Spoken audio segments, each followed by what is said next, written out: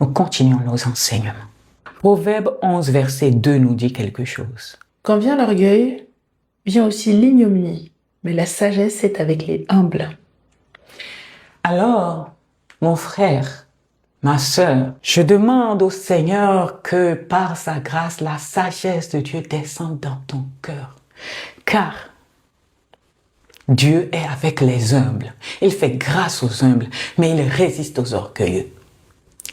Car quand vient l'orgueil, vient aussi l'ignominie.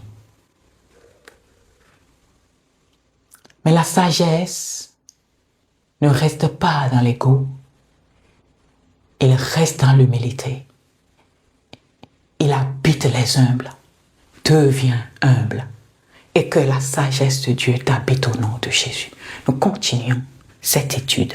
Ésaïe 41, verset 24 nous dit quelque chose. Voici, vous n'êtes rien, et votre œuvre est le néant. C'est une abomination que de se complaire en vous. Toute œuvre qui est faite en dehors de Christ et de Dieu, le Père Tout-Puissant, pour la gloire de Dieu et pour le salut des âmes, pour l'édification des hommes que Dieu et Jésus-Christ et le Saint-Esprit, le Père, le Fils et le Saint-Esprit, les hommes qu'ils ont créés avec joie et amour à leur image, toute œuvre que l'homme fait dans ce monde, qui n'est pas pour les édifier, pour sauver leur âme, pour leur donner une joie, une paix, toute œuvre qui n'est pas faite pour que Dieu soit glorifié dans leur vie, dans notre vie, que Dieu soit glorifié, c'est du néant. C'est du temps perdu. Il y en a qui se complaisent dans ces choses-là qui ne leur apportent rien. C'est une abomination que de se complaire en ces choses-là. Est-ce que tu aimes ton âme, mon frère? Le juste, il aime son âme, il fait du bien à son âme. Fais du bien à ton âme en te ramenant par le secours du Saint-Esprit à la source. Nous continuons l'enseignement. Jérémie chapitre 10, verset 3 nous dit quelque chose. Car les coutumes des peuples ne sont que vanité. On coupe le bois dans la forêt, la main de l'ouvrier le travaille avec la hache, on l'embellit avec de l'argent et de l'or, on le fixe avec des clous et des marteaux. Jérémie 10, versets 14 et 15. Tout homme devient stupide par sa science. Tout orfèvre est honteux de son image taillée. Car ces idoles ne sont que mensonges. Il n'y a point en elles de souffle.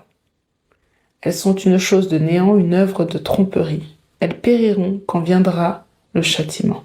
Et nous voyons par là que les idoles, ce n'est pas seulement l'argent, ceci, cela. C'est tout ce à quoi ton cœur est attaché, notre cœur est attaché.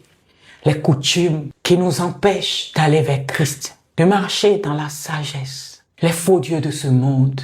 Notre Dieu, là, l'Éternel des armées, le Dieu d'Abraham, d'Isaac, de Jacob et d'Israël. À savoir que Israël, ce n'est pas un pays, c'est le peuple élu, né d'esprit. Ça veut dire toi et moi, nés de nouveau. C'est nous, Israël. C'est nous, le peuple de Dieu. Israël, dont parle l'Éternel, c'est ceux qui ont revêtu l'identité de Christ. C'est une alliance. Ce n'est pas un peuple humain, c'est un peuple spirituel. C'est ça, Israël. Par conséquent, à nous, fils et frères de Jésus-Christ, il n'est pas donné, il n'est pas permis par le Dieu Tout-Puissant, dont le nom est l'Éternel des armées, d'avoir un bois, un totem, quelque chose, rien, ou de faire des sacrifices d'animaux, de ci, de ça, non. Parce que Christ a fait ce sacrifice, il l'a fait pour toutes, pour tous et pour toujours. Parce que Christ, qui est la parole de Dieu, c'est lui, et uniquement à lui que notre cœur doit être attaché. Et sachons tous que tout chrétien qui dans une journée ne va pas vers la parole de Dieu, la Bible dans une journée, ou dans un mois, ou dans une semaine, qui ne fait pas l'effort d'aller vers, ce n'est pas un chrétien. La lecture, l'écoute, la méditation de la parole. C'est ça. Et l'application de la parole qui fait quelqu'un chrétien. Parce que chrétien est un mode de vie. Vivre comme Christ nous demande de vivre. Comme Christ, lui, a vécu. Comme son Père, l'Éternel, a voulu qu'il vit quand il était dans ces jours de ce monde sur cette terre. Que Dieu nous éclaire, vous et moi, et nous ramène à la source par son esprit au nom de Jésus-Christ. Nous continuons notre enseignement. Il y a le verset 11, Jérémie chapitre 10, qui nous dit quelque chose. Vous leur parlerez ainsi. Les dieux qui n'ont point fait les cieux et la terre disparaîtront de la terre et de dessous les cieux. Donc Dieu le Père nous dit, vous leur parlerez ainsi. Les dieux qui n'ont point créé les cieux et la terre disparaîtront de dessous les cieux. Ce qui va disparaître, ce qui n'est pas éternel, pourquoi veux-tu attacher ton cœur à ça? Ce qui est vanité, pourquoi veux-tu, mon frère, ma sœur, attacher ton cœur à ça?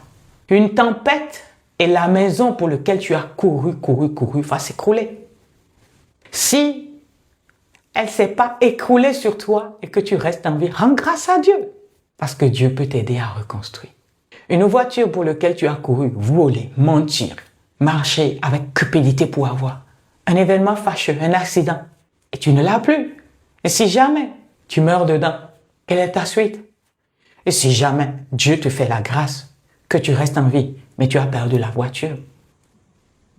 Tu vois, vous voyez, tout doit nous amener à Christ. Absolument tout. Matin, midi, soir. Notre cœur doit s'élever. Notre esprit doit s'élever vers celui qui a donné sa vie, souffert la croix, mort sur la croix, ressuscité au 3e jour, monté aux cieux, assis à la droite de Dieu le Père Tout-Puissant, afin de continuer à veiller sur la maison du Père et sur nous, ses frères et sœurs, sur la terre des hommes. Tout doit toujours nous amener à lui, chaque jour.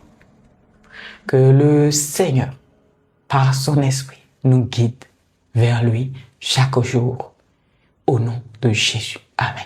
Nous continuons notre enseignement. La vanité, c'est une vaine gloire de l'orgueil. C'est une orientation de notre cœur qui n'est pas fixée sur Dieu. Philippiens chapitre 2, verset 3 nous dit quelque chose. Ne faites rien par esprit de parti ou par vaine gloire, mais que l'humilité vous fasse regarder les autres comme étant au-dessus de vous-même. Que chacun de vous, au lieu de considérer ses propres intérêts, considère aussi ceux des autres. C'était le verset 4. Si ta course dans une journée, si c'est la vaine gloire qui te porte à cette course, prends un temps, réfléchis, demande-toi ce dont tu as besoin, ce qui est nécessaire. Invoque l'Esprit. Christ Jésus, notre Seigneur, quand il partait, il a dit, je ne vous laisserai pas orphelins.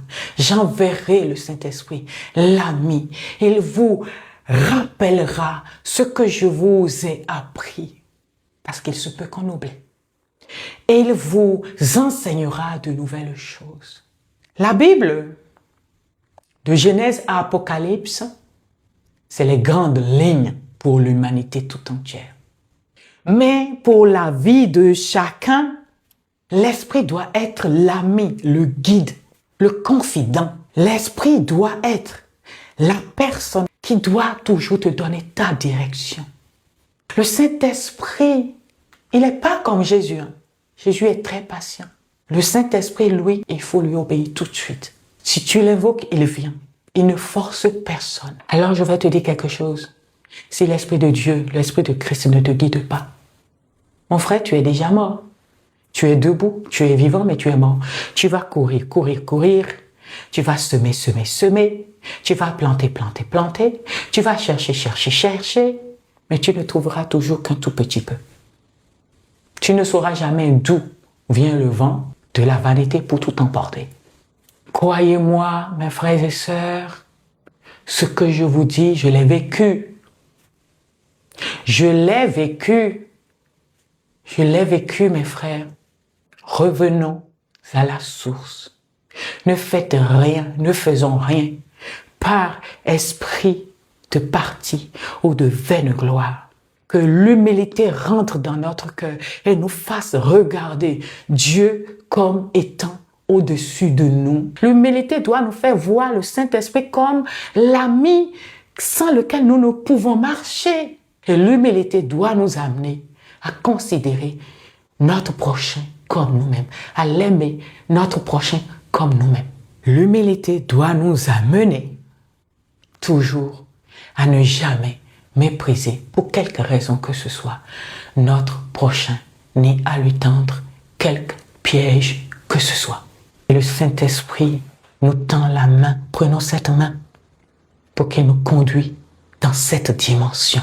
C'est dans cette dimension que se trouve la vie. En dehors de cette dimension, il n'y a que mort, ruine, larmes, grincement de dents. Rentrons dans cette dimension en donnant la main au Saint-Esprit pour qu'il nous y amène au nom de Jésus. Amen.